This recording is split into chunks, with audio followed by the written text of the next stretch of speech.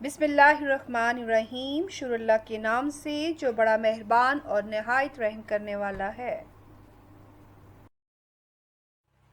السلام علیکم پیارے بچوں، آپ سب کا کیا حال ہے؟ امید کرتی ہوں آپ سب اپنے گھروں میں خیر خیریت سے ہوں گے۔ اللہ آپ سب کو اپنے گھروں میں اپنی حفظ و امان میں رکھے۔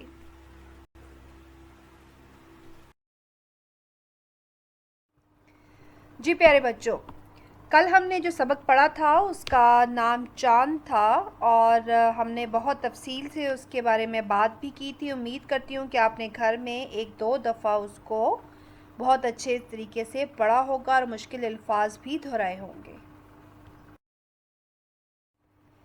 جی پیارے بچوں، کل ہم نے جب اس سبق کو پڑھا تھا تو میں نے آپ سے کہا تھا کہ یہ سبق صرف ایک کہانی نہیں ہے، صرف ایک یہ اردو کا سبق نہیں ہے، بلکہ یہ آپ کے لیے بہت زیادہ دلچسپ اور معلومات دینے والا سبق ہے۔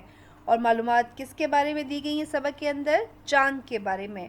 تو آئیے ہم اس سبق میں دیے گئے خاص جو نکات تھے، خاص پوائنٹ تھے، خاص جو باتیں تھیں، اس کو ہم ایک دفعہ دوبارہ دہرا لیتے ہیں۔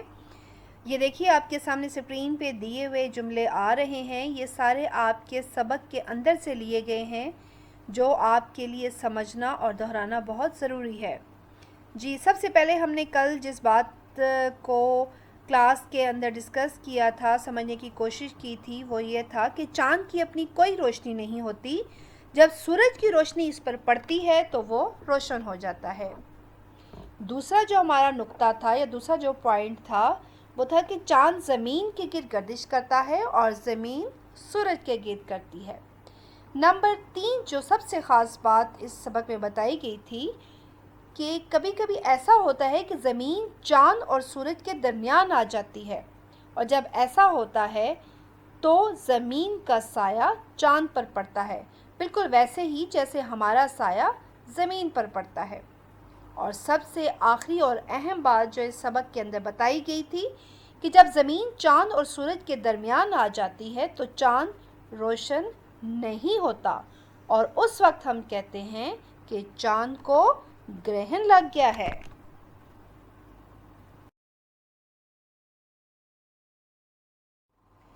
جی پیارے بچوں، امید کرتی ہوں کہ آپ نے اس سبق کو بہت اچھے طریقے سے پڑھ بھی لیا ہوگا اور سمجھ بھی لیا ہوگا۔ چلیں اب ہم اس سبق کے کچھ مشقی سوالات کی طرف آ جاتے ہیں۔ سوال نمبر 3 آپ کی کتاب کے اندر دیا گیا ہے، جس میں سوالات کے جوابات آپ نے دینے ہیں۔ کوئی اتنے مشکل سوال نہیں ہے، کوئی اتنے مشکل جواب نہیں ہے، اگر آپ نے اس لیسن کو بہت اچھے طریقے سے پڑھا ہے۔ میں بار بار آپ سے یہ بات کرتی ہوں کہ جب بھی آپ اردو کی بک کو کھولیں تو 2 یا 3 دفعہ اس لیسن کو ضرور پڑھیں، کیونکہ پڑھنے سے ہر چیز سمجھ آتی ہے۔ جتنا آپ پڑھیں گے آپ کو الفاظ لکھنا، الفاظ سمجھنا آئیں گے، اور آپ کے جتنے مشکل سوالات ہوتے ہیں وہ آپ کے سبق کے اندر چھپے ہوتے ہیں، وہ کوئی نئی چیز نہیں ہوتی۔ تو دیکھیں یہ پہلا سوال جو آپ کے سامنے ہے کہ چاند کس کے گرد گردش کرتا ہے؟ پورا میں نے آپ کو سلائیڈز کے ساتھ اور لیسن کی جب ہم نے ریڈنگ کی تھی، میں نے پڑھایا تھا، اس میں بہت تفصیل کے ساتھ بتایا تھا کہ چاند کس کے گرد گردش کرتا ہے۔ تو اگر وہ آپ کو یاد ہو تو پھر آپ کے لیے کوئی مسئلہ نہیں ہے، بہرحال میں پھر بھی آپ کو اس کا جواب دے دیتی ہوں۔ سوال ہے چاند کس کے گرد گردش کرتا ہے؟ تو اس کا جواب ہے چاند زمین کے گرد گردش کرتا۔ جی پیارے بچوں، ایک سوال اور آپ کے سامنے آ گیا۔ آپ کو یاد ہوگا جب ہم نے سبق کو پڑھنا شروع کیا تھا تو سب سے پہلی جو بات ہوئی تھی وہ یہی ہوئی تھی کہ اتنا پیارا خوبصورت چاند جو رات کو ہمیں چمکتا ہوا نظر آتا ہے، اصل میں وہ اس کی اپنی روشنی نہیں ہوتی، بلکہ وہ سارا دن بیچارہ سورج سے روشنی لیتا رہتا ہے، اور جب رات ہوتی ہے اور زمین سے ہم آسمان کی طرف جب رات کو دیکھتے ہیں تو ہمیں چاند جو ہے وہ بہت خوبصورت شکل کا چمکتا ہوا نظر آتا ہے۔ تو آپ کے سامنے سوال بھی یہی آ گیا ہے کہ کس کی روشنی سے چاند روشن ہوتا ہے؟ اس کا جواب ہے جب سورج کی روشنی چاند پر پڑتی ہے تو چاند روشن ہو جاتا ہے۔